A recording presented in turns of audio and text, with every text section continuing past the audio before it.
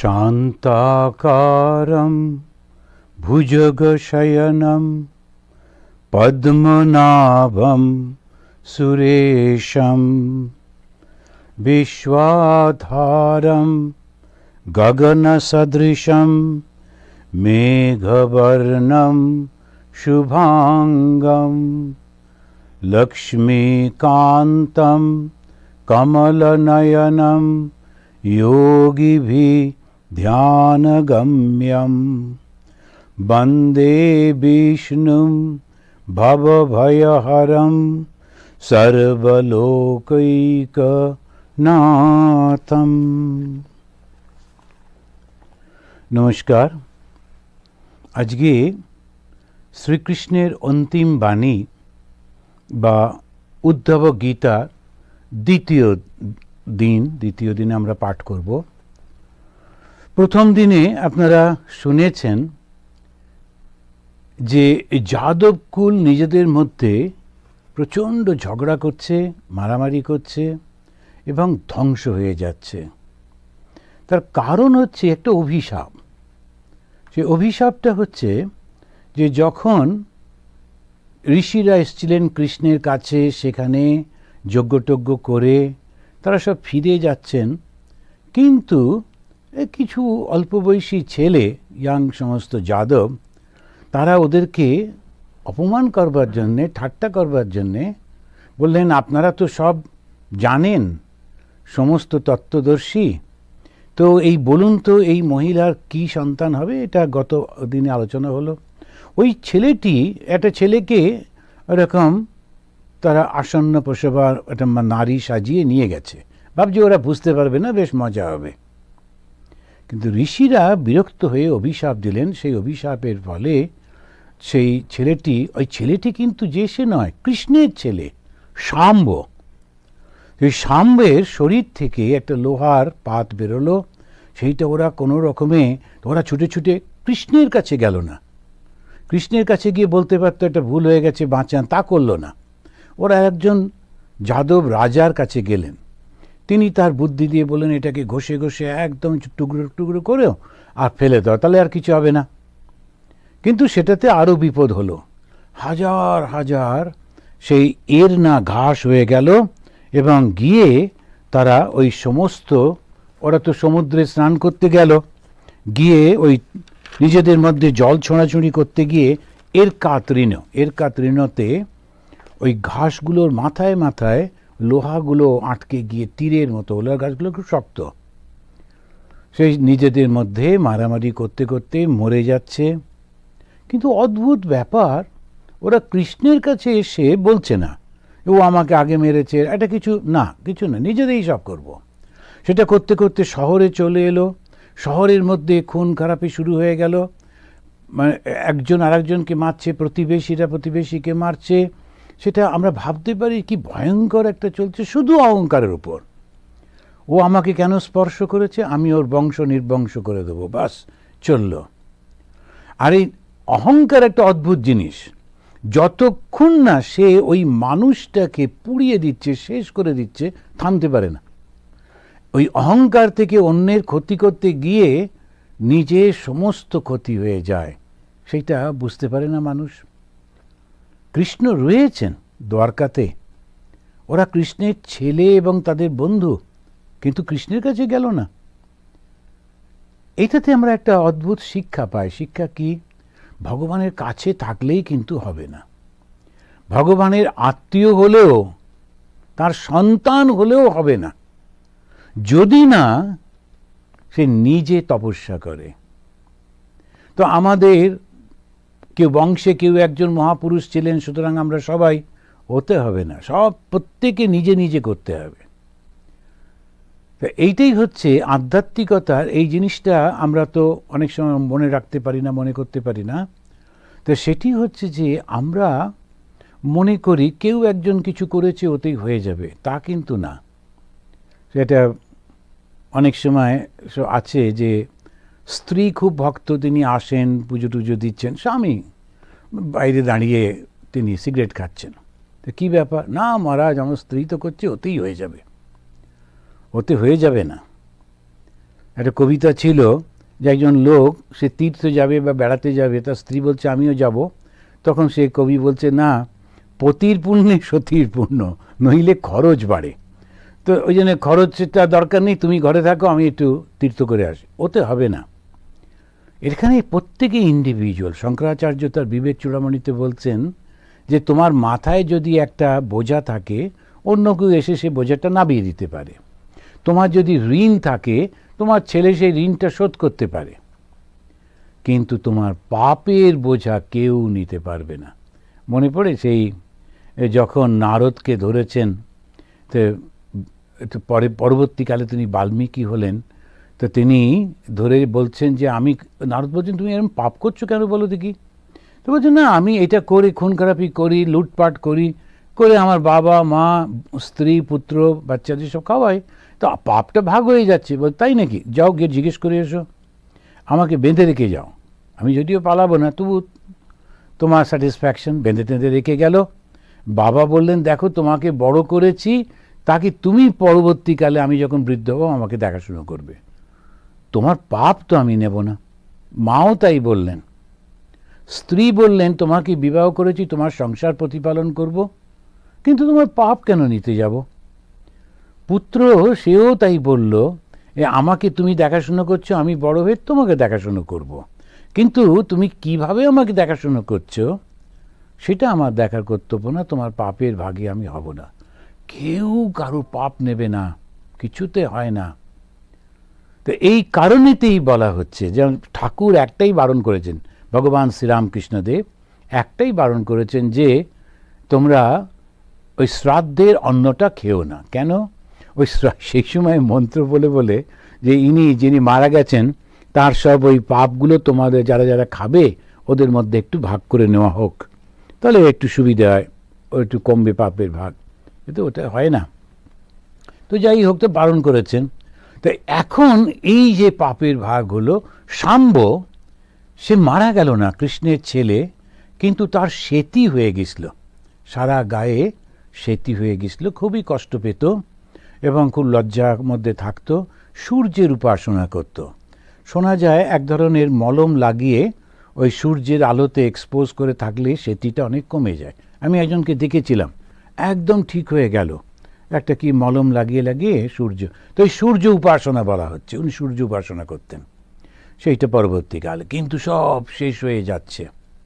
কৃষ্ণ নির্বিকার বসে আছেন। আর একটা দলকে দেখলাম তারা ভগবানের বিশ্বাসই করে না, ভগবান তাদের কাছেই রয়েছেন, কৃষ্ণ তাদের কাছেই রয়েছেন, কিন্তু তারা কৃষ্ণের কাছে যাচ্ছে না। এর অবিশ্বাসীর দল, সব নিজেদের মধ্যে মারামারি করে কর্মফলে শেষ হয়ে যাচ্ছে। ভগবান তাদের রক্ষাও করছেন না, একটা আঙুলও তুলছেন না। আর এক দল ভগবানে বিশ্বাস করে কিন্তু ভালোবাসে না। ওরা গেছে ভগবানের কাছে, কৃষ্ণের কাছে গিয়ে বলছে এরকম হচ্ছে সমস্ত শহর জুড়ে, আমরা কি করি? তখন উনি বললেন তোমরা প্রভাসে চলে যাও, গিয়ে ওইখানেতে স্নান করে তোমরা একটু তপস্যা করো, তাহলে এই পাপটা থেকে মুক্ত হয়ে যাবে। এই যে পাপ ওরা করছে অহংকারের থেকে, যেটা কেন? তোমরা আমার কাছে এসেছো, ভগবানের আশ্রয় যে নেবে ভগবান তো তাকে রক্ষা করবেন। দেখুন এই গল্পটার মধ্যে দিয়ে কিরকম আমরা শিক্ষা পাচ্ছি। যাদব কুলের মধ্যে এক দল যারা ভগবান থাকা সত্ত্বেও তার কাছেই গেল না, নিজেদের অহংকারে মত্ত হয়ে একে অপরকে হত্যা করতে লাগলো এবং শেষ হয়ে যেতে লাগলো। আর এক দল, তাদের গ্রুপটা ছোট, তারা গিয়ে কৃষ্ণকে বলছে আমরা এখন কি করব, এই লড়াই করছে, এরা থামাতে পারছি না। যেহেতু ভগবানের কাছে গেলেন, ভগবান বললেন তোমরা প্রভাসে যাও, সেখানে গিয়ে ওই তীর্থে গিয়ে স্নান করে তোমরা একটু তপস্যা করো, তখন তোমরা মুক্ত হয়ে যাবে। ভগবান কিন্তু ওদের রক্ষা করছেন। কিন্তু ওরা ভাবল না যে ভগবান এখানে শ্রীকৃষ্ণ বসে আছেন, এবার এই সমস্ত যে পাগলগুলো এসে যদি আক্রমণ করে তাহলে এনার কি হবে। ওরা কিন্তু বলল না আপনিও আমাদের সঙ্গে চলুন, কারণ এরা সব শেষ হয়ে যাচ্ছে, এরা পাগল হয়ে গেছে। তা কিন্তু বলল না, নিজের প্রাণটা বাঁচাবার জন্য চলল। এই দ্বিতীয় ধরনের ভক্ত। আর এক ধরনের ভক্ত আছে, তো সে ধীরে ধীরে আসছে। একটা সেই গান আছে না, মৃত্যু যে ধরে মৃত্যুর রূপ, দুঃখ হয় সে দুঃখের কূপ, তোমা হতে যবে হই হে বিমুখ, আপনার পানে চাই। খুব সুন্দর গান। তো আগে আমি গাইতাম, এখন একটু ভুলে ভুলে গেছি, তো অনেক সময় বলবার সময় একটু ভুল টুল হয়ে যায়, যদি ভুল হয় কিছু মনে করবেন না, ঠিক মনে কোটেশনগুলো। আর আমি ভুল করতে বোধহয় খুব অভ্যস্ত, কেননা খুব ছোটোবেলায় একটা গান করতাম, দে পড়ে দে আমায় তোরা, এই গানটা আমি গাইতাম, বের করে দে আমায় তোরা। তো আমার দিদি বললেন যে বের করে কোথায় দেবে, কেনই বা বের করবে, কথাগুলো অন্য। তো তখন থেকে আমি বললাম না, গান করতে গেলে একটু বুঝে শুনে করতে হবে। তো এখন এই যে আমরা দেখছি যে ভগবান থেকে যারাই দূরে চলে যাচ্ছে তারা মৃত্যুর কূপের মধ্যে পড়ে যাচ্ছে, কিন্তু একজন সে ধীর স্থিরভাবে ভগবানের কাছে এলো। শুধু এলো না, যে এসে ভগবানকে বলছে যে আমার মনে হচ্ছে যে তুমি এই সমস্তগুলো করছো যাতে তোমার এইসব শেষ করে তুমি চলে যেতে পারো, তাই না? এইখান থেকে শুরু হচ্ছে উদ্ধব শ্রীকৃষ্ণ সংবাদ। সংবাদ মানে কথোপকথন, আর এইটাই হচ্ছে উদ্ধব গীতা। এই উদ্ধব গীতাটা ভাগবতের 11 যে রয়েছে স্কন্ধ, এটাকে ইংলিশে বলে বুক, 11 বুক, 11 স্কন্ধ, 6 অধ্যায়, 42 শ্লোক থেকে, ভার্স থেকে শুরু হচ্ছে। যদি আপনারা এই বই ধরে ধরে এগোতে চান, আমি যে সব শ্লোকগুলো বলবো তা না, কিছু কিছু বাদ দেবো, কিন্তু যারা বই ধরে চলতে চান তারা এই বেদান্তানন্দজির একটা উদ্ধব গীতা উনি সম্পাদন করেছিলেন। বেদান্তানন্দজিকে আমি জানতাম, খুবই অসাধারণ একটা ব্যক্তিত্ব।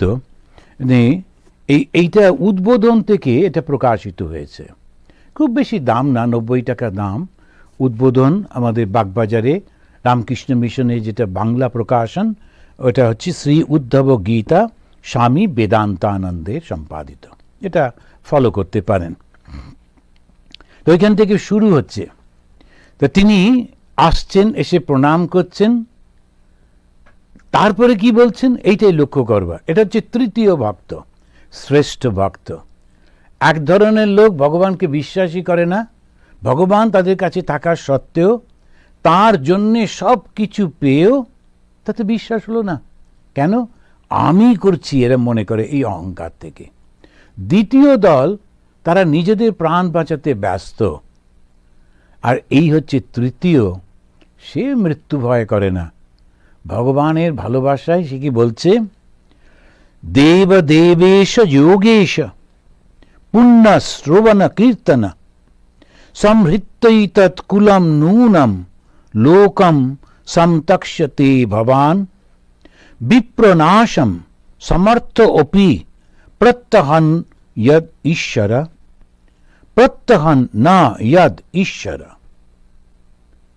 তুমি কিচ্ছু করলে না, তুমি ঈশ্বর হওয়া সত্ত্বেও তুমি কিন্তু কিচ্ছু করলে না। বিপ্রনাশম সমর্থ উপি, এই যে বিপ্র মানে ঋষিদের অভিশাপে, সে অভিশাপ থেকে তোমার যাদব কুলকে বাঁচাবার সামর্থ্য তোমার আছে, তুমি স্বয়ং ঈশ্বর, কিন্তু তুমি কিছু করলে না। আর বলবার সময় বলছেন তুমি দেবতাদেরও ঈশ্বর, দেব দেব ঈশ, দেব দেবেশ, ঈশ মানে ঈশ্বর, দেবতাদের ঈশ্বর, যোগেশ, আবার যারা যোগী তাদেরও তুমি ঈশ্বর, পুণ্য শ্রবণ কীর্তনা, তোমার কথা শুনলে আর তোমার গুণগান করলে পুণ্য হয়, মানুষ পবিত্র হয়ে যায়। ঠাকুর শ্রীরামকৃষ্ণ বারবার বলছেন না, তার নাম গুণ কীর্তন করবে। একটা জিনিস আমরা প্রায় সবসময় তার নামটা অনেকে করে, কিন্তু গুণটাকে আমরা চিন্তা করি না, গুণ কীর্তন করি না, ওটা খেয়াল রাখতে হবে। শ্রীরামচন্দ্রের কি কি গুণ, শ্রীকৃষ্ণের কি কি গুণ, ভগবান শ্রীরামকৃষ্ণকে কেন আমরা ভগবান বলি, তার কি গুণ, এইগুলো যখন আমরা বারবার স্মরণ করতে থাকব, তখন সেইটা আমাদের মনের মধ্যে আসবে। তো আপনার এই বাংলাতেই বলছি বলে বলি যে আমি দেখেছি ইন্ডিয়াতে খুব এই শ্রীরামকৃষ্ণ, মা শারদা, স্বামী বিবেকানন্দ এদের জীবনী নিয়ে খুব আলোচনা হয়। আমাদের স্বামীজিরা, মাতাজিরা সব জায়গাতে এই বারবার এই কথাগুলো বলেন। সুন্দর সুন্দর সব বাংলায় বইও বেরিয়েছে, ঠাকুরের উপর, মায়ের উপর অনেক লেখা বেরিয়েছে। এটা পড়তে পড়তে, শুনতে শুনতে, বারবার আলোচনা করতে করতে যখনই ঠাকুরের বা মায়ের কথা আমরা মনে করি, ওই তখন গুণকীর্তন হচ্ছে। ওই গুণটা না হলে তো ভেতরে ওই গুণটা আসবে না। সেজন্য ইনি বলছেন পুণ্য শ্রবণ কীর্তনা, তোমার কথা শুনলে এবং কীর্তন করলে, ওটা যখন মনে মনে আমি চিন্তা করছি, আমার আনন্দ হচ্ছে। কীর্তন মানে কি? ওই আনন্দ হওয়াটা। কীর্তন এটা বলে না, কীর্তন গায়, তো কীর্তনের আনন্দ হয় খুব, কীর্তন যখন কেউ করে। শ্রবণ কীর্তন সংহৃতই তৎকুলম নূনম লোকম সমতক্ষতে ভবান। সক্ষম হওয়া সত্ত্বেও তোমার মধ্যে শক্তি আছে, তবু তুমি কিন্তু এটা করলে, তা মনে হচ্ছে, ওই উদ্ধব বলছেন, ভগবান মনে হচ্ছে তুমি লীলা সম্বরণ করতে চাইছো, তাই না? তুমি ইহলোক ত্যাগ করতে চাইছো। তো ওটা অবজার্ভ করেছে। দেখুন কেন অবজারভেশন পাওয়ার। কিন্তু ও ভয় পাচ্ছে না। কেন ভয় পাচ্ছে না? কেননা ওর মৃত্যু আশঙ্কাই নেই। কেন মৃত্যুর আশঙ্কা নেই? ভগবানের কাছে আছি তো।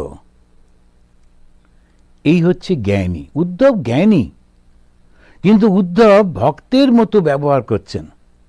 উদ্ধব জানেন তার জন্ম নেই, মৃত্যু নেই, কিন্তু তথাপি তিনি খুব সুন্দর এই ভক্তকে উত্তম ভক্ত। শ্রীরামকৃষ্ণদেব বলছেন না, অধম, মধ্যম এবং উত্তম ভক্ত। অধমগুলো ওইগুলো যারা একদম ঈশ্বরে বিশ্বাসই করে না, নিজেরা কিছু করতে যায়, এই করতে গিয়ে সব নিজেরাই মারামারি করে মরে।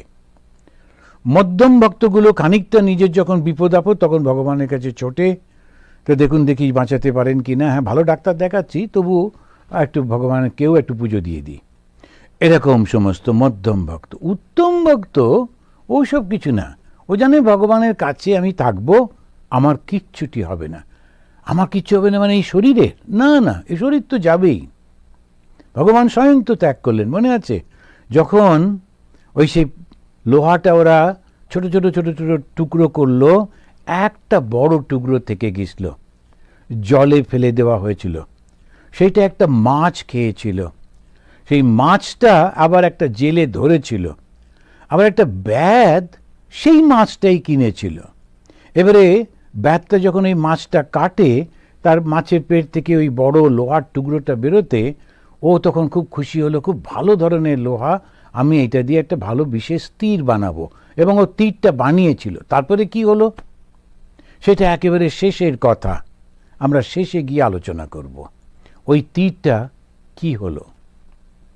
এখন এই উদ্ধব এসছেন, এসে ভগবানকে বলছেন যে লোকম সমতক্ষতে, মনে হচ্ছে তুমি এই লোক ত্যাগ করবে। এই স্বচ্ছ বুদ্ধি এই উদ্ধব, তিনি এই কৃষ্ণকে বলছেন।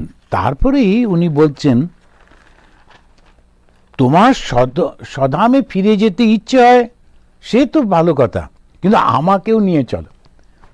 ও বলছে আমাকেও নিয়ে চলো, আমি তোমাকে ছেড়ে থাকতে পারবো না। উত্তম ভক্ত ঈশ্বর ছাড়া থাকতে পারে না। তো ভগবান শ্রীরামকৃষ্ণ যখন তিনি দেখাচ্ছেন কিরকম হয় উত্তম ভক্তেরা, ওই গেছেন ওই কাশীতে মথুরবাবুর সঙ্গে। এবার মথুরবাবু জমিদার লোক, ব্যবসাপাতি করেন, তো ওইসব আলোচনা হচ্ছে কোথায় জমির দাম সস্তা, কোথা থেকে ধান বেশি পাওয়া যায়। তো ঠাকুর ওদের আলোচনা শুনে খুব কান্নাকাটি, মা আমাকে কোথায় নিয়ে চলে এলি। আর দক্ষিণেশ্বরে আমি খুব ভালো ছিলাম, আমি সেখানেতে ভগবানের নাম করতে পারতাম, এই শুধু ব্যবসার কথা বলে। এই যে উত্তম ভক্ত, সে ভগবান ছাড়া থাকতে পারে না। যখন লোকেরা অন্য কথা বলে ওর ভীষণ কষ্ট হয়, অন্য কিছুতে আনন্দ হয় না। অন্য আরেকজন ভক্তকে দেখলে খুব খুশি হয়, তার সঙ্গে ভগবানের কথা বলে, একসঙ্গে গান করে। এগুলো হচ্ছে যার মন স্বচ্ছ হয়ে যাচ্ছে, জগতের কোনো কিছুতে মনটা থাকছে না, ওই সেই সময় ওই মনটা ওই রকম হয়ে যায়। তখন উনি বলছেন,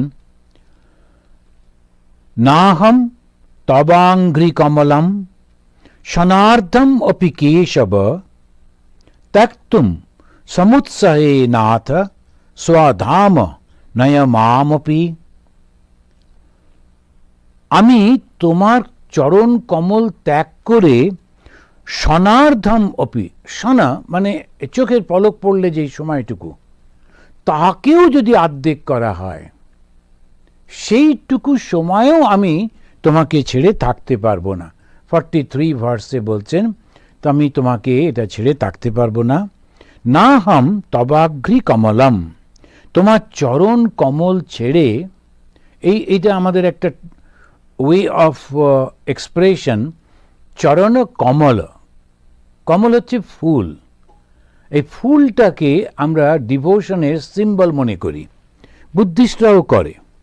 তো এই যে ফুলটা কীরকম, এই ফুলটা তার চরণে দেওয়া হয়, তো তোমার চরণটাই যেন একটা ফুলের মতো সুন্দর, সেই জন্য বলছি চরণ কমল।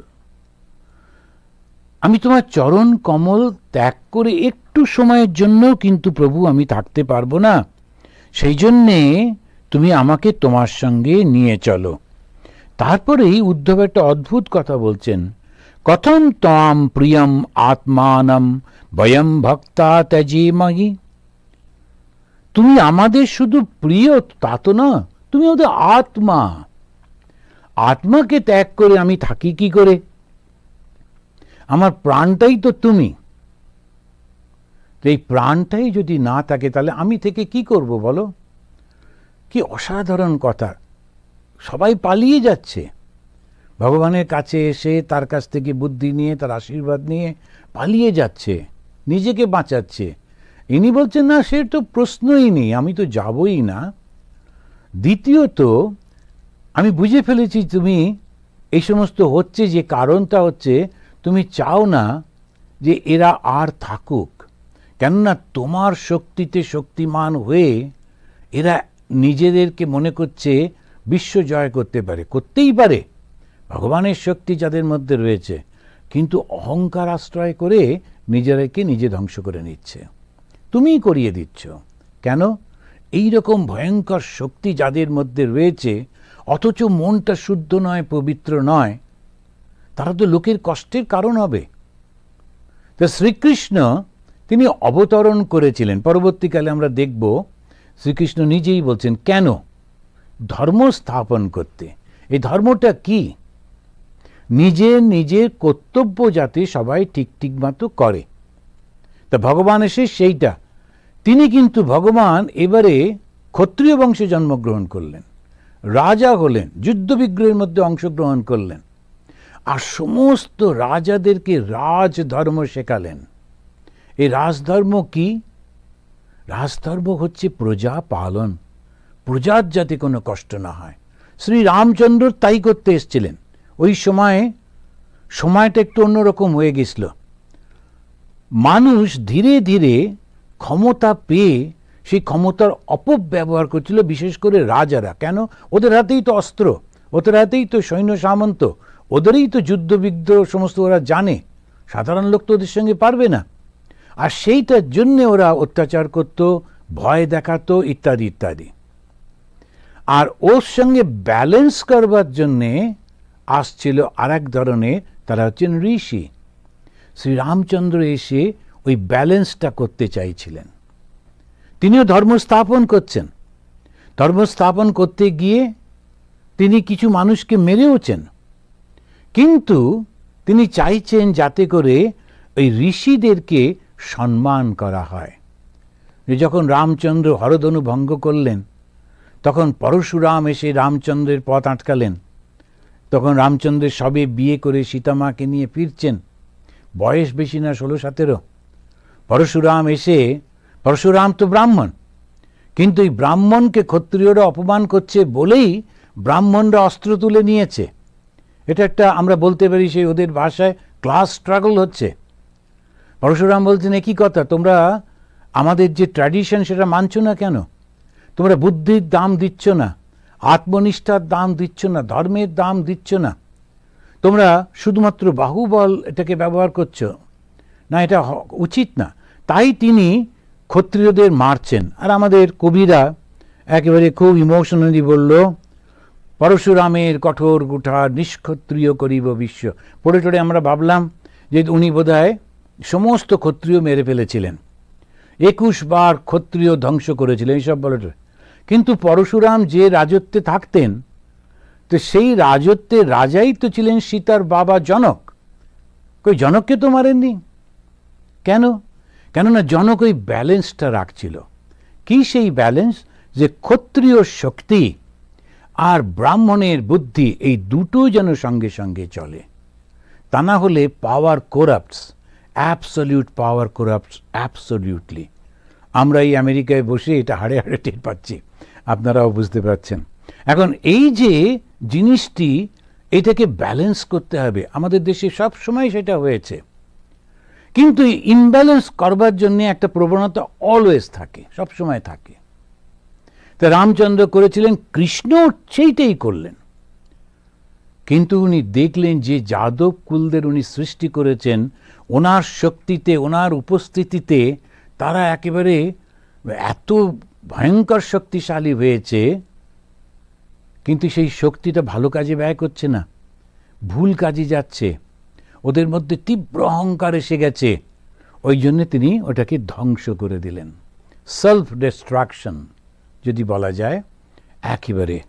ইনি এসে তাই বলছেন যে প্রভু যা হচ্ছে হচ্ছে, ওটা তোমার ব্যাপার, তোমার লীলা, আমি ওর মধ্যে ঢুকতে চাই না। আমি শুধু বলছি, নাহম তবাগ্রি কমলম সনার্দম অপি কেশব। হে কেশব, আমি একটা ক্ষণ, তার অর্ধেকটা সময়ও তোমাকে ত্যাগ করে থাকতে পারবো না। এটি উত্তম ভক্তের লক্ষণ।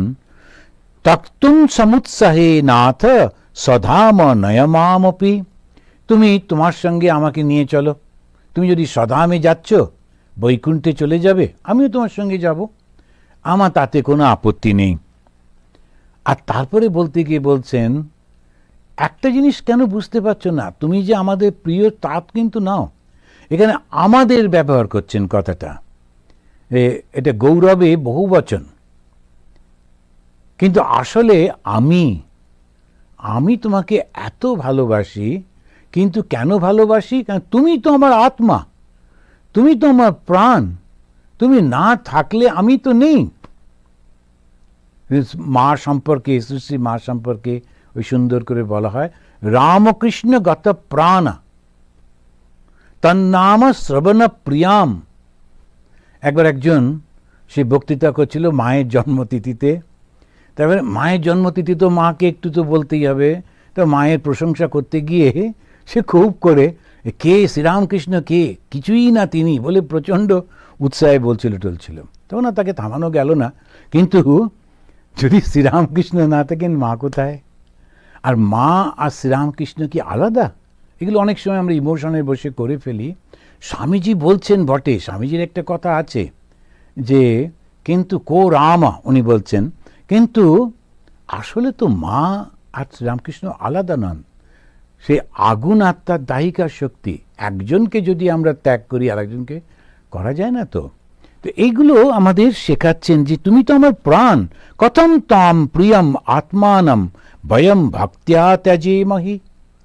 আমি কি করে তোমাকে ত্যাগ করে থাকবো বলো? আমার প্রাণটাই তো তুমি, আর তুমিই যদি চলে যাও, আমিও তো নেই, আমি তো মারা যাচ্ছি। আচ্ছা, জগতে একে অন্যকে ছেড়ে অনেক সময় থাকতে পারে না, খুব কান্নাকাটি করে। যে একজন সেই স্বামী মারা গেছেন, তো খুব করে কাঁদছেন, বলছেন যে আচ্ছা আমি যদি তার কাছে চলে যাই, আমি যদি আত্মহত্যা করি, এরকম এরকম সমস্ত বলছেন টলছেন। তা আমি এইরকম ভালোবাসা আছে খুবই, যে ত্যাগ করে থাকা যায় না, সারা জীবন পাগল পাগল হয়ে যান, থাকতে পারে না। কিন্তু এখানে এটা কিন্তু তা না, ওটা হচ্ছে একটা অ্যাসোসিয়েশন, একটা দেহগত বা মানসিক প্রচণ্ড অ্যাসোসিয়েশন থেকে ওই দুঃখটা হচ্ছে। এখানেও কিন্তু তা বলছে না, বলছে তুমি তো আমার আত্মা। শ্রীকৃষ্ণ যে স্বয়ং ভগবান, সেটা তো উদ্ধব জানেন ভালো করে। তাই বলছেন তোমার চরণে মন থাকলে আমি তো সহজেই মুক্তি পেয়ে যাব। আবার বুদ্ধিটাও আছে। বলছেন যে দেখো ঋষিরা মুনিরা তারা কত কষ্ট করে মুক্তি পাবার জন্যে, আর আমি যদি শুধু তোমাকে স্মরণ করি, চিন্তা করি, তোমাকে আশ্রয় গ্রহণ করি, তাহলেই তোমার মুক্তি। আর আমি তো অনেকটা এগিয়ে এসেছি, তোমার সঙ্গেই তো থাকি, তুমিও কৃপা করে আমাকে আশ্রয় দিয়েছ, সুতরাং আমি এই সুযোগটা ছাড়ব না, এই মুক্তির সুযোগ আমি ছাড়ব না, আমি তোমার সঙ্গে থাকব। এখন এই গল্পটা আমরা শুনছি কিন্তু শুকদেবের কাছ থেকে, যে ব্যাসপুত্র শুকদেব, উনি কাকে বলছেন? রাজা পরীক্ষিতকে। রাজা পরীক্ষিত হচ্ছে পাণ্ডবদের বংশধর, এবং সেই তিনি তক্ষক তাকে কামড়াবে, তাকে মারবে ইত্যাদি, তার জন্যে উনি মৃত্যুর অপেক্ষা করছেন। এই ভাগবত কথা শোনানো হচ্ছে। আমরা যখনই কোনো কিছু শুনি, এটাই হচ্ছে ভারতীয় যে ধর্মের একটা খুব সুন্দর দিক, সেটা হচ্ছে যখন আমাদের মনের মধ্যে প্রচণ্ড বাসনা আছে, তখন আমরা বলি পুজো টুজো করো, প্রার্থনা করো, নিশ্চয়ই মা, ঠাকুর, দেবতা তারা বাসনা পূরণ করবেন। এটা একটা দিক আছে। আবার আর একটা দিক হচ্ছে একেবারে নির্বাসনা হয়ে যাওয়া। যদি আমি জানি 7 দিন পরে আমি মারা যাব, আমার আর কোনো বাসনা থাকতে পারে? সারাক্ষণ ভগবানের চিন্তাই তো। আজে বাজে লোক তো নন, ওরা না আমাকে একটু এই এনে দিন, সেই এনে দিন, একটু মজার গল্প। তো একটা লোক সে মারা যাবে বা এরকম কিছু, তাকে ফাঁসিতে ঝোলানো হবে। তো তখন ওকে বলা হয়েছে তোমার কোনো শেষ ইচ্ছা আছে? বললো হ্যাঁ, আমাকে আমার সারা জীবন আমার সিগারেট খাবার খুব ইচ্ছা ছিল, কিন্তু খেতে দেয়নি। প্রথমত বড়রা খেতে দিল না, তারপরে ধর্ম থেকেও বারণ করেছিল, ও নানান উৎপাতের মধ্যে সিগারেটটা খেতে, এখন তো আমি মারাই যাব। তা তোমরা যদি আমাকে 1 মাস একটু সিগারেট খাবার টাইম দিয়ে দাও, তাহলে আমার কোনো আপত্তি নেই। তো ঘর ভর্তি করে সিগারেট দিতে হবে, সারাক্ষণ সিগারেট খাবো। ওরা দেখলো ইনজুরিয়াস তো হেলথ বটে, সিগারেট খাওয়াটা শরীরের পক্ষে ভালো না, আর শরীর ও তো ফাঁসিতে ঝুলবেই, আর কোনো অসুবিধে কী আছে? বলে ঠিক আছে। জাজ বললেন আচ্ছা সারা ঘরে ভর্তি করে সিগারেট দিয়ে দাও। ও ভালো ভালো ব্র্যান্ডের সিগারেট টিগারেট সব দেখে প্রচণ্ড খুশি। বললো আমরা দরজা বন্ধ করে দিচ্ছি, 30 দিন পর খুলব। 30 দিন পর দরজা খুলেছে। খুলতেই লোকটা ঝাঁপিয়ে পড়ে ওর গলা টিপে ধরেছে। এইটা কি হচ্ছে? তুমি চেয়েছিলে সিগারেট, আমরা তো সিগারেট দিয়েছি। তো খুশি নয় কেন? কেন মারতে আসছো? বলছে সিগারেট তো দিয়েছো, দেশলাই কোথায়? কোনো দেশলাই দেয়নি। ওরাও ভুলে গেছে, এও ঠিক চাইতে পারেনি। সারা মাস সিগারেটগুলোর দিকে তাকিয়ে বসে আছে, সে তো আগুন ধরাতে পারছে না। তো সেই জন্যে আমাদেরও এই রকম হয়ে যায় অনেক সময়। আমরা এক একটা বাসনা সেইটা নিয়ে আমরা চাই বটে, কিন্তু বুঝতে পারি না যে কোনটা আমাদের চাওয়া উচিত। এই ছোটোবেলা একটা গান শুনতাম, রেডিওতেই বোধহয় হতো, ওরা চাহিতে জানে না দয়াময়, চাহে ধন জন সুখ অনন্ত বিজয় ইত্যাদি ইত্যাদি। তো চাইতে জানতে হবে। তো উদ্ধব ঠিক বুঝেছে। উদ্ধব সেই জন্যে চাইছে। ও কি চাইছে? আমি তোমার সঙ্গে যাব, আর যদি তুমি আমাকে সঙ্গে করে না নিয়ে যাও, তাহলে তুমি থাকো, আমার সঙ্গে থাকো। তো এইটা উনি বলছেন যে কোনো যেন আমাকে ছেড়ে তুমি কোথাও যাবে না। কিন্তু এই যে যোগাযোগটা, এই যে ভাবটা, এই ভাবটা কীরকম? ভগবান আর ভক্তের। আমি জানি তুমি ঈশ্বর, তোমাকে ধীরে থেকেই আমি মুক্তি লাভ করব। তো ব্যাসদেবের পুত্র শুকদেবের কাছ থেকে এইটা শুনছেন, আর উনি তো তখন একেবারে মনটা ভগবানের দিকে ছটফট করছেন। বলছেন ভগবান কি বললেন? শুকদেব তুমি ওইটা আমাকে বলো। কারণ ওনা আর কিছু শুনতে ইচ্ছে করছে না। ভগবান কি বলছেন, ভগবান কি করছেন? ওই যে ওখানে সেই লোহাটা ফেলে দিল, লোহাটা মাছে গেল, মাছটা সেই আবার একটা ব্যাধ কিনলো, শুনে উনি ছটফট করছেন ভগবানের কি হলো, উনি কি করলেন? তখন শুকদেব বলছেন এবং বিজ্ঞাপিত রাজন ভগবান দেবকী সুতঃ একান্তিকম প্রিয়ম বৃত্তম উদ্ধবম সমভাষত। বলছি ইনি এই ভগবান বললেন, কিন্তু ভগবান বলতে গিয়ে শ্রীকৃষ্ণ বললেন না, বললেন দেবকী সুতা, দেবকীর পুত্র। এখন বাসুদেব আর দেবকী, দেবকীর পুত্র বললেন কেন? দেবকীর পুত্র কেন বললেন? শ্রীকৃষ্ণ কেন বললেন না? কেন ভগবান বললেন না? তার কারণ এই প্রত্যেকটা শব্দ যে ব্যবহার করে না, দেখবেন ভগবদ গীতাতে, ভাগবতে প্রত্যেকটা শব্দের একটা ভীষণ গূঢ় অর্থ থাকে। দেবকী পুত্র, ইনি স্বয়ং ভগবান হওয়া সত্ত্বেও মানব শরীর ধারণ করে এসেছেন। ওই যে উদ্ধব বলছে না তুমি চলে যাবে না, যাবেন কোথায়? এই জগৎটা তো তারই সৃষ্টি, তার মধ্যেই তো জগৎ অবস্থান করছে, কিন্তু ওই দৃষ্টি থেকে দেখলে এই মজাটা পাওয়া যাবে না। এখন ভগবান আর ভক্তের এই ভাবটা, সেই জন্যে উনি বলছেন ভগবান চলে যাবেন কিভাবে? এই দেহটা ত্যাগ করবেন। কোন দেহ? যেটা তিনি দেবকীর পুত্র হিসেবে গ্রহণ করেছেন। দেবকীর পুত্র হিসেবে তিনি অবতীর্ণ হয়েছেন, নিজের ইচ্ছায় তিনি অবতীর্ণ হয়েছেন। সেই জন্য বললেন দেবকী সুতা, সুত মানে পুত্র, ছেলে।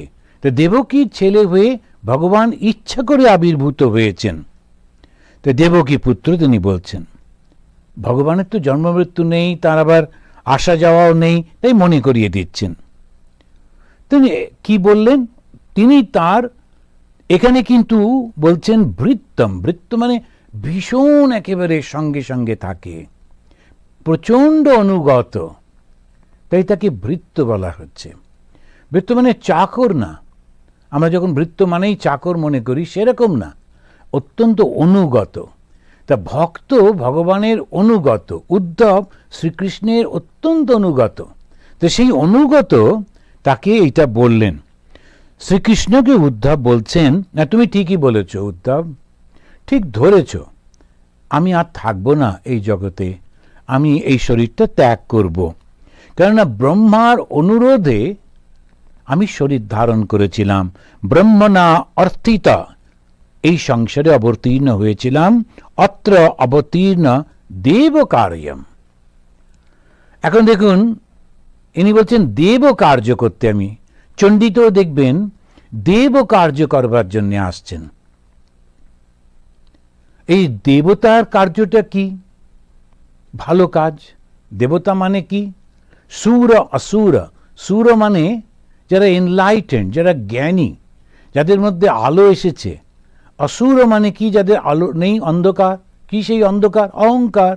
এই দেহটার সম্পর্কিত সব কিছুতেই তার মন। ও মনে করছে এই দেহ আর এই মন এটাই সব এই জগৎ। সেই জন্যে ভাইদেরকে অত্যাচার করছে, মাকে তাড়িয়ে দিচ্ছে, বাবাকে তাড়িয়ে দিচ্ছে, যে আমি শুধু বাঁচবো, আমি শুধু বাঁচবো। বাঁচতে পারবে না। কেউ কেউ এমন মূর্খ, এত কিছু বারবার দেখছে, পড়ছে, তবুও ওই স্বামীকে মেরে ফেলছে, কি স্বামী স্ত্রীকে মেরে ফেলছে, ভাবছে যে তাতেই বোধহয় আনন্দ হবে। এ কি মূর্খের দল! এর থেকে কোনো দিন মুক্তি পাওয়া যায় না। শরীরের সঙ্গে সম্পর্কিত যার উপর আপনি মন দেবেন, কিছুদিন পরে সেটা থাকবে না, চলে যাবে, যাবেই যাবে। সেই জন্য দুঃখ তো হবেই। ওই মনটাকে ওইভাবে সেই জন্য তৈরি করতে হয়। ঈশ্বর ছাড়া আমার আর কেউ নেই, এইভাবে ভাবতে হয়। ঈশ্বরই একমাত্র যিনি জগতে রয়েছেন। তো বলছেন তুমি ঠিকই করেছো, ঠিকই ভেবেছো, আমি থাকবো না। আমি অবতীর্ণ হয়েছিলাম কেন? দেবতার কার্য করবার জন্য। ভগবান স্বয়ং এই জগৎ সৃষ্টি করেছেন। ব্রহ্মাকে তো তিনিই সৃষ্টি করেছেন। ব্রহ্মাকে জ্ঞান কে দিলেন? সৃষ্টির জ্ঞান ওই বেদ ভগবানই দিলেন। এর পরে যখন দেখা যাচ্ছে ব্রহ্মাও ঠিকমতো করতে পারছেন না, মানুষের মধ্যে অহংকার না দিলে, জীবের মধ্যে অহংকার না দিলে সে ভগবান থেকে বিচ্ছিন্ন হয় না। আর ভগবান থেকে বিচ্ছিন্ন না হলে খেলাটা জমে না। সবাই যদি একসঙ্গে ধ্যান করতে বসে যায় তাহলে জমবে কি করে? কেউ ভিলেন টিলেন থাকতে হবে তো। সিনেমাতে যদি সবাই হিরো, সবাই খুব ভালো, তাহলে সেই সিনেমাটা কেউ দেখতে যাবে না। ভিলেন থাকতে হবে, ওই মারামারি থাকতে হবে, এগুলো সব জগৎই সৃষ্টি করেছেন তিনি। করে এখন তিনি ওঝাও সৃষ্টি করেছেন, আর সাপটাকেও তিনি সৃষ্টি করেছেন। তা এই যে অদ্ভুত সৃষ্টির মধ্যে থেকে আমাদের চলে যেতে হবে। এই সৃষ্টির মধ্যে এক ধরনের মানুষকে তিনি রেখেছেন যারা ওই উন্নত মানসিকতা নিয়ে রয়েছে, তাদেরকে দেবতা বলা হচ্ছে। আর এই দেবতারা যখন পেরে ওঠে না, যখন অন্ধকারটা আলোর উপরে বেশি চলে আসে, যখন যারা ওই অহংকার সম্পৃক্ত লোকেরা যখন সমস্ত সমাজটাকে দখল করবার চেষ্টা করে, তখন এই ভগবান আবার আসেন, এসে আবার তিনি এটাকে ঠিক করেন। দেব কার্যম, দেবতাদের কাজ সেটা কি? ধর্ম রক্ষা করা। ধর্মকে তিনি রক্ষা করবেন। ভগবদ গীতাতে এই কৃষ্ণই বলেছেন খুব পরিষ্কার করে যে যখন যখন এরকম হয় তখন আমি ধর্মকে রক্ষা করবার জন্য আসি। এই যে ধর্ম মানে কর্তব্য কর্ম, আর কর্তব্য কর্ম থেকে যখন বিচ্যুত কেউ হয় তখন সেটা অধর্ম। আর এটা কখন বেশি করে হয়? যখন রাজারা, শাসকরা, যারা শিক্ষিত সমাজের মাথা, তারা যখন এইরকম হয়ে যায় তখন তাতে কি সেটাকে বলে যে ধর্মের পতন। যদা যদা হি ধর্মস্য গ্লানি। তা ধর্ম গ্লানিটা কি? ধর্মের অবক্ষয় কখন হয়? যখন মাথায় যারা থাকেন, সমাজের যারা মাথা, রাষ্ট্রের যারা মাথা, যারা শাসকের মধ্যে রয়েছেন, তারা যখন অবক্ষয়, অবক্ষয় কি জিনিস না, তার কর্তব্যটা পালন করছেন না, লোককে ঠকাচ্ছেন, লোককে ভোলাচ্ছেন, লোককে নানান রকম করে তিনি ওই মনে করছেন যে আমি বেশ চালিয়ে যাব। গণতন্ত্রের একটা সুবিধে আছে, একবার পেয়ে গেলে 4 বছর 5 বছর করে করে থাকছে, বলছে পরের বছর দেখা যাবে, আবার একটা মিথ্যে কথাটা তো বলে করব। এখন এইটা বারবার করছেন, তাতে লাভটা কি হচ্ছে? সমস্ত সমাজটা নষ্ট হয়ে যাচ্ছে, সমস্তটা ভেঙে যাচ্ছে। যদি লক্ষ্য করে দেখেন যে ধর্মের অবক্ষয় মানে কি না, যিনি সমাজের মাথায় রয়েছেন, যিনি রাজা, তিনি যদি ঠিক ঠিক লোককে ঠিক ঠিকভাবে বুঝতে না পারেন এবং যে ভালো লোক তাকে যদি সাপোর্ট না করেন, যে শুধু তার কাছে এসে রাজা তুমি কি ভালো, রাজা তোমাকে কি সুন্দর দেখতে, রাজা তুমি কি ভালো কথা বলো, এই ধরনের মানুষগুলোকে যখন তিনি সাপোর্ট করবেন তখন ভালো লোকগুলো দূরে চলে যাবে। আর যত ভালো লোকগুলো দূরে চলে যাবে তখন এই অসৎ লোকগুলোই আবার রাজার চারপাশে থাকবে। রাজার সত্যি জিনিসটা জানতেও পারবেন না। ফল কি হবে? সবার কষ্ট।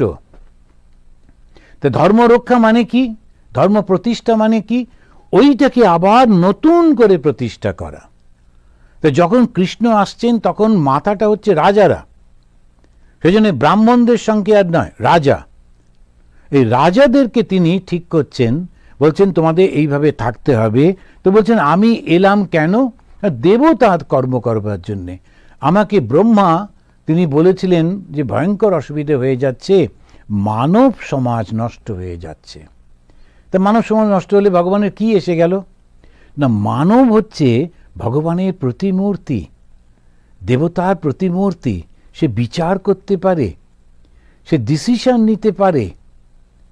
সেই জন্য ঠাকুর বলছেন মানুষ কি কমগা, মানুষের হৃদয়ের মধ্যে ভগবান বসতে পারেন, ভগবানকে মানুষ তার হৃদয়ের মধ্যে বসাতে পারে। স্বামী বিবেকানন্দ খুব একদম উচ্চ ইয়েতে বলছেন যে এটা হচ্ছে দ্য মুভিং টাবারনাকল, একেবারে জীবন্ত মন্দির এই মানুষ। এক একটা মানুষ কি ভালো হয়, কত মানুষকে ভালোবাসে। তো সেইটা উনি গিয়ে বলতে গিয়ে বলছেন তৎ আথ্যমাম মহাভাগ যৎ চিকীর্ষিতম এব মে ব্রহ্মা ভব লোকপালা সবাসম মে অভিকাঙ্ক্ষিনঃ।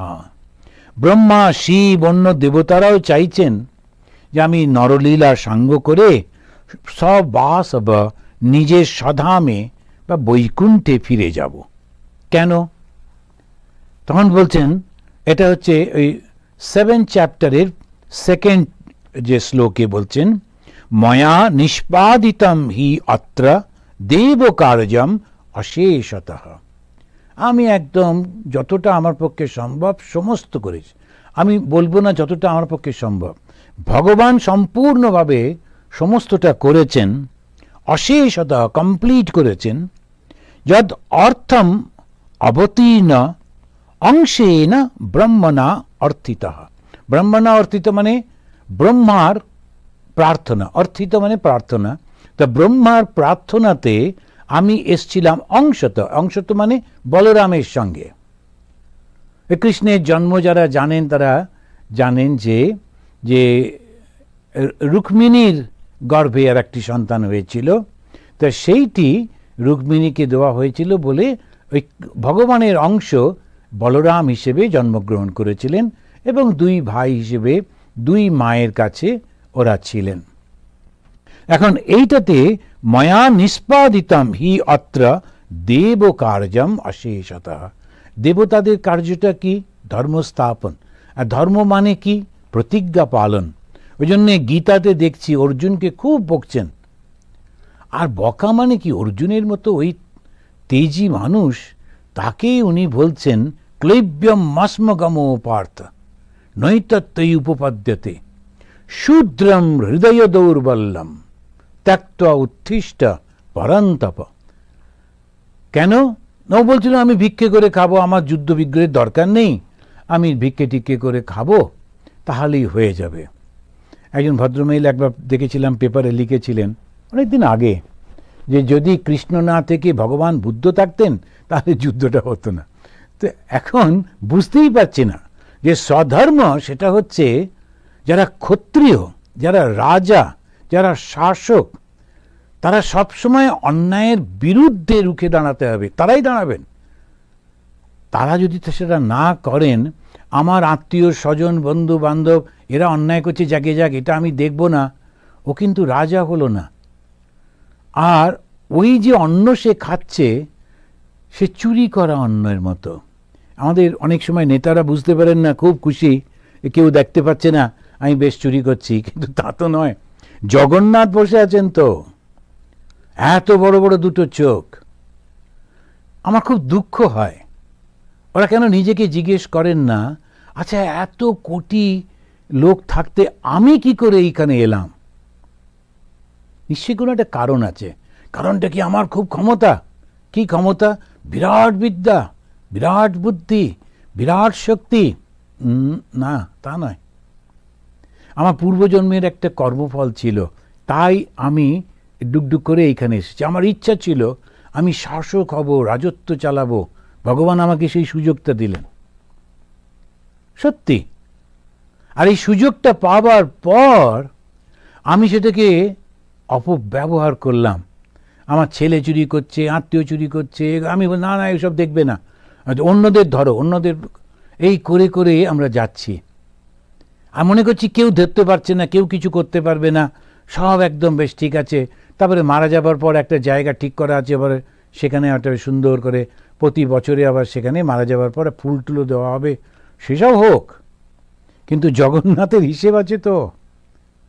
আবার পরের জন্মে এত কষ্ট পাবে তার ঠিক নেই। এটা বানিয়ে বানিয়ে ভয় দেখাবার জন্য বলছে না, কর্মফল তো থাকবেই থাকবে। সেই জন্য একটা জায়গায় যখন আমি পৌঁছলাম মানেই কিন্তু আমি আগে ভালো কাজ করেছি, সেই জন্য এখানে পৌঁছেছি। এখন এইটার থেকে আরো উঁচুতে যেতে হবে। স্বামীজি বলছেন, ছিলে পশু, হইয়াছ মানব, এখন দেবতা হইতে হইবে। এই মানব হয়েই যদি ভুলে যায়, অহংকারে মত্ত হই, আবার ব্যাক টু স্কোয়ার ওয়ান, আবার পশু থেকে শুরু করতে হবে, কীট পতঙ্গ থেকে শুরু করতে হবে। এইটা যদি মাথায় থাকে তখন ভুল হবে না। তাই ভগবান তিনি বলছেন, তুমি ঠিকই বলেছ,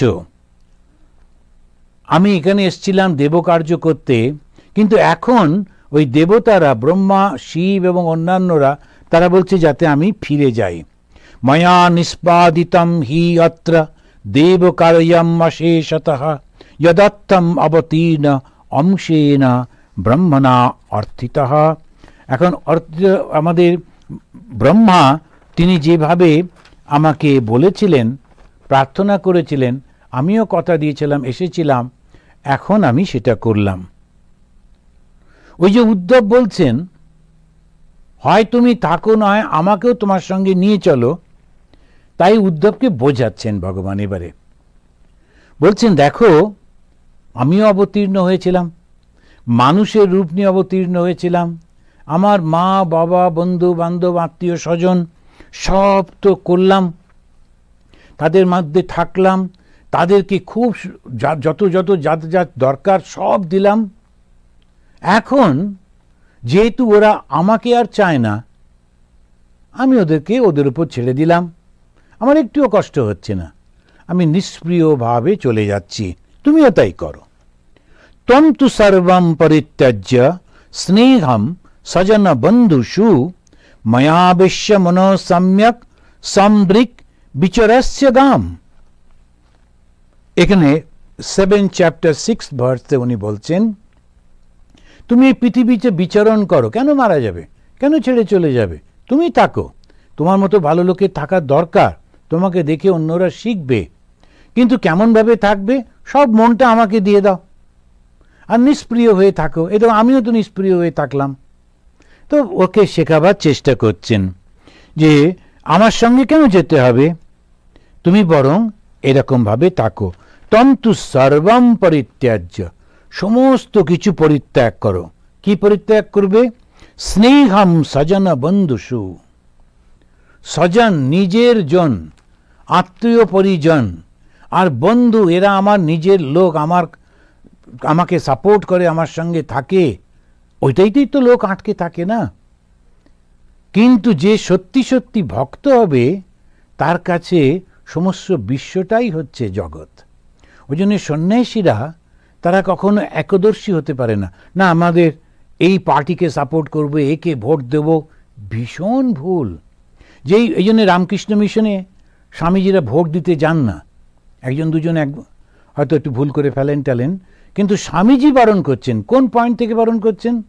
যেই তুমি ইমোশনের বশে হোক আর যে বশেই হোক, একটা দলকে তুমি যেই সাপোর্ট করলে, তখন কিন্তু তোমার যে সন্ন্যাসের যে প্রতিজ্ঞা যে আমি সমদৃষ্টি সম্পন্ন, সেটা ভেঙে গেল, আর তুমি সন্ন্যাসী থাকতে পারছো না। আদর্শই যদি চলে যায়, প্রতিজ্ঞাই যদি ভঙ্গ হয়ে যায়, তাহলে তুমি সন্ন্যাসী বলে নিজেকে ক্লেম করবে কি করে? হয় আবার নতুন করে তপস্যা শুরু করো, করে আবার নিজেকে সন্ন্যাসী অবস্থায় নিয়ে এসো। আর সন্ন্যাসী মানেই সমদৃষ্টি। ওই জগৎ যেটা করছে ওটা ঠিক আছে সংসারে, কিন্তু তুমি যখন প্রতিজ্ঞা করেছো তোমার থেকে, তখন এখানে বলছেন তুমি সন্ন্যাসীদের মতো থাকো, সব কিছুর মধ্যে থাকবে কিন্তু নিষ্প্রিয় হয়ে থাকবে। তুমি কিভাবে নিষ্প্রিয় হবে? আমাতে তোমার মনটা দিয়ে দাও, তারপরে সবার সঙ্গেই থাকো, তখন কোনো অসুবিধা হবে না। যে দেখো তুমিও সম্যদৃক, সম্যদৃক মানে সমদৃষ্টি। এই সমদৃষ্টি শব্দটা অত্যন্ত গুরুত্বপূর্ণ আধ্যাত্মিক জীবনে। যারা ধর্মের সঙ্গে রাজনীতি করছেন ইত্যাদি, তারা একটা দিক নিয়ে করছেন, কিন্তু যিনি ধর্মটাকেই নিজের জীবন বানিয়েছেন, ধর্ম ছাড়ার কিছু জানেন না, যার জীবনের একটাই লক্ষ্য ঈশ্বর লাভ, তিনি অন্য কোনো কিছু করতে পারেন না, করা উচিত না, কেননা তাহলে ভুল হয়ে যাবে, অন্য পথে চলে যাবে। তো এই জন্যই উনি বললেন সম্যদৃগ, সম্যদৃগ মানে সমদৃষ্টি সম্পন্ন। কারুকে আমরা নিন্দা বন্ধ করতে পারি না। মা শ্রী শ্রী মা সারদা দেবী বলছেন না যে পোকাটিরও নিন্দা করো না। কেন? সবই তো ঈশ্বরের সৃষ্টি। তুমি তোমার থাকার সময় যেটা করছো ওটা করো। একটু আরশোলা হয়েছে, একটু মেরে ফেলো, কিংবা একটু দূরে ফেলে দিয়ে এসো, যাই হোক। তো ঠাকুর বলছেন না, না ওটাকে মেরে ফেলতে হবে, কেননা ওতে প্রচুর জন্ম হয়, আর ওরা থাকলে মানুষের অনেক ক্ষতি করবে, তাতে কিচ্ছু এসে যায় না, প্রকৃতির নিয়মে ওরকমভাবে রয়েছে।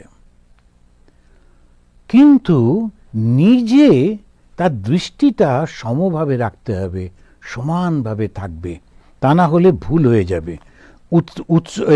উদ্ধবকে তিনি খুব উৎসাহিত করছেন তো এমন কিছু ব্যাপার নয়, কঠিন ব্যাপার নয়।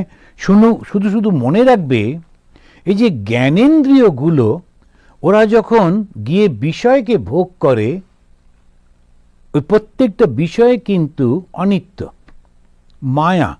তাহলে আর তোমার কোনো সমস্যা হবে না, তো তোমার কোনো আর বন্ধন থাকবে না। যখন আমরা ওই মায়ার মধ্যে যাব, বুঝতে পারবো যে এটা মায়ার বন্ধন, আর কোনো অসুবিধা হবে না। যখন জাদুকর জাদু দেখায়, তখন একটা হঠাৎ করে কথা নেই বার্তা নেই, তার টুপির ভেতর থেকে প্রচুর ডিম বের করে করে রেখে যাচ্ছে, আর রেখেই যাচ্ছে, টেবিল ভর্তি হয়ে গেল। যদি কেউ মনে করে বাবা ওই ডিমগুলো যদি আমি পেতাম, ওগুলো আসল ডিম না, এবং ওই সমস্ত মিথ্যা। এরকম ভাবে বহু জিনিস আছে যেটা আমরা দেখি, আসলে সেটা কিন্তু সেই রকম নয়। আমি মনে করছি ওই রকম, আবার কিছুদিন পরে আমার মনে হলো না এটা এরকম না, আবার একটাতে মন দিলাম। জগতের সব জিনিস যাই দেখছি সেটা টেম্পোরারি, ভীষণ অল্প দিনের জন্যে, তারপরেই ওটা পাল্টে যায়, সব কিছু পাল্টে যায়। যদিদম মনসা বাচা চক্ষুভ্যাম শ্রবণাদিভিঃ নশ্বরম গৃহমানম চ বিদ্ধি ময়া মনোময়া। এটা 7th চ্যাপ্টারে 7th ভার্স। এখানে বলছেন যে তোমার কষ্ট হওয়ার কথা নয়, কেননা তোমার মনটা শুদ্ধ। আর তুমি শুধু এইটুকু মনে রাখবে, মন দিয়ে যেটা তুমি চিন্তা করছো, কথা দিয়ে যেটা তুমি বলছো, চোখ দিয়ে যেটা তুমি দেখছো, কান দিয়ে যেটা শুনছো, সবই নশ্বরম, সব কিছু বিনাশশীল, নশ্বরম। একটু প্রশংসা পাওয়ার জন্য মানুষ কি না কি করে, কিন্তু বুঝতে পারে না যে এটা বেশি দিনের জন্য নয়। তো এই যে সিনেমা যারা করে, যারা বড় বড় সমস্ত আর্টিস্ট হয়, কিছু দিনের জন্যে, তারপরে আবার যে একটু বয়স হয়ে গেল, আবার নতুন দল চলে এলো, নতুন নাম, নতুন পোস্টার। আর সেই পুরনো যারা ছিল তারা মনে করছে আমাদের পোস্টার আর দেখতে পাই না, ভীষণ দুঃখে কষ্টে আত্মহত্যা করে নিল। কি লাভ? আমি যতদিন ছিলাম বাস করেছি, এরপরে আর আমার দেখার দরকার নেই, ওরা পছন্দ করুক আর না করুক। আমি মনের আনন্দে অভিনয় করতাম, আমি মনের আনন্দে গান গাইতাম, আমি মনের আনন্দে কাজ করতাম, তোমাদের হাততালির জন্যে না। এইটা যদি থাকে তাহলে কে কষ্ট দেবে? হাততালির বাসনা থাকলেই না পেলে কষ্ট, কিন্তু যখন বাসনাই নেই, কোনো কষ্ট নেই। এইটা একটু মনে রাখতে হয় আমাদের সবসময়, যে কখনো। তাই সেই জন্যে উনি তখন বলছেন, এবার শেষ করবার টাইম হয়ে এলো। পুংস অযুক্তস্য নানা অর্থ ভ্রমস্য গুণদোষ ভাগ কর্ম অকর্ম বিকর্মেতি গুণদোষ দিয়া ভিদা। 8th ভার্সে তিনি বলছেন যে তুমি সেই কারণে তস্মা যুক্ত ইন্দ্রিয় গ্রাম, তুমি সমস্ত ইন্দ্রিয়গুলোকে তুমি সংযত করে ফেলো। যারা অসংযত তারা নানা ধরনের ভেদ দর্শন করে। মনটা তো অসংযত। সাধারণ মানুষ আর সন্ন্যাসীর পার্থক্য কি, এইটা অনেক সময় আমরা বুঝতে পারি না। সন্ন্যাসী নিজেও হয়তো বুঝতে পারে না। সন্ন্যাসী মানে অভেদ দর্শন, সব সময় ওইটা চিন্তা করতে হয়। আমি যার সঙ্গে কথা বলছি, যাকে দেখছি, যাকে কিছু দিচ্ছি বা নিচ্ছি, সে কিন্তু আমারই ঈশ্বর, ওই রকম রূপে এসেছেন। এইটা করতে করতে করতে করতে তখন ওই ভাবটা আসে। তুরীয়ানন্দজি মহারাজ যেমন বলছেন, টুডেজ ইম্যাজিনেশন টুমরোজ রিয়ালাইজেশন।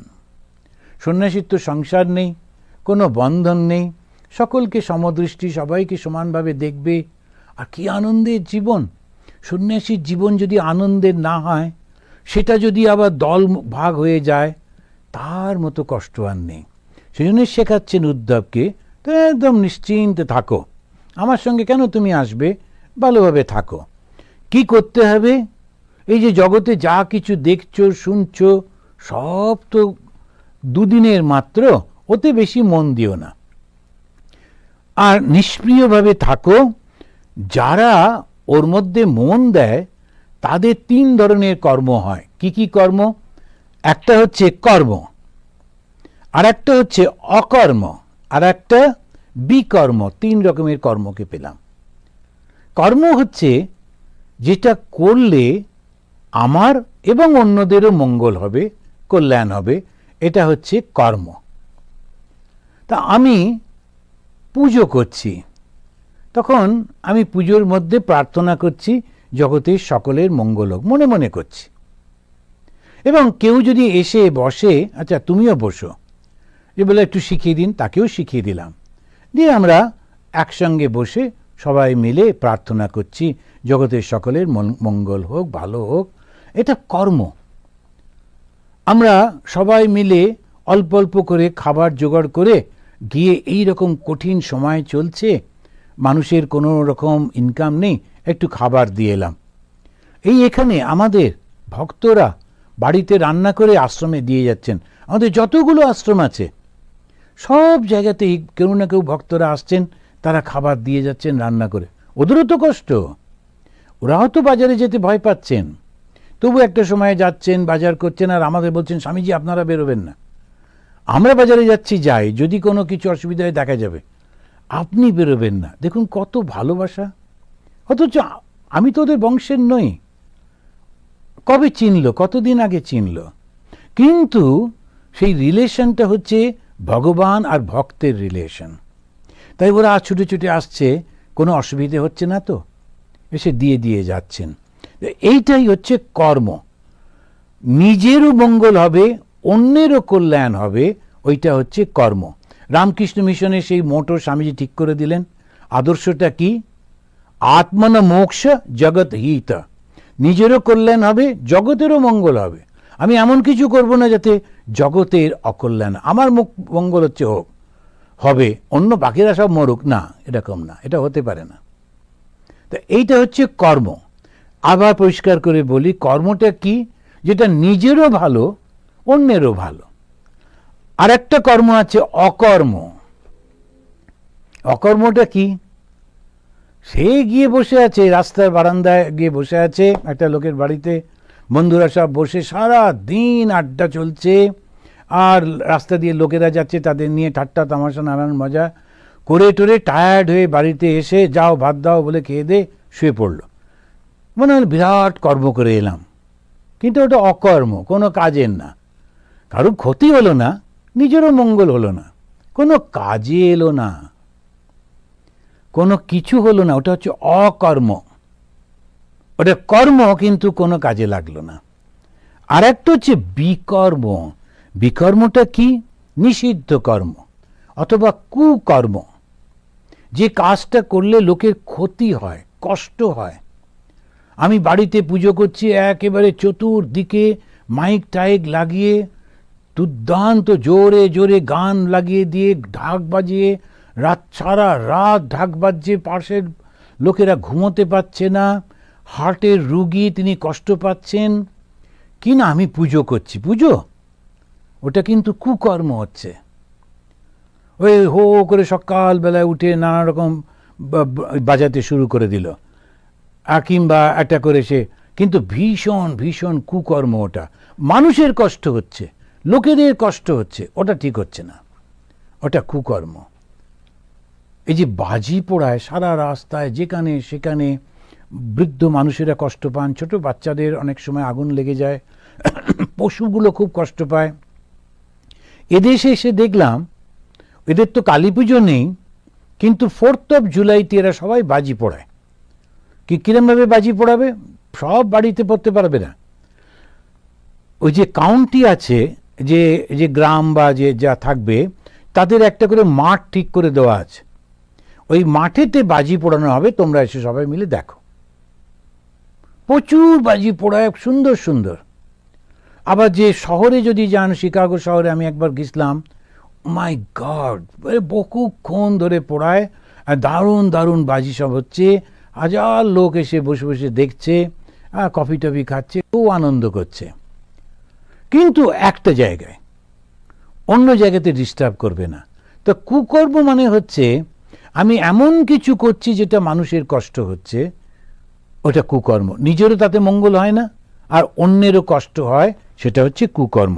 তা 3 রকমের কর্ম থেকে বিরত হতে হবে।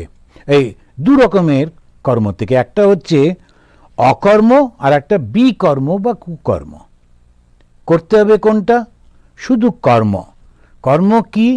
আমার নিজেরও মঙ্গল হবে, অন্যদেরও মঙ্গল হবে।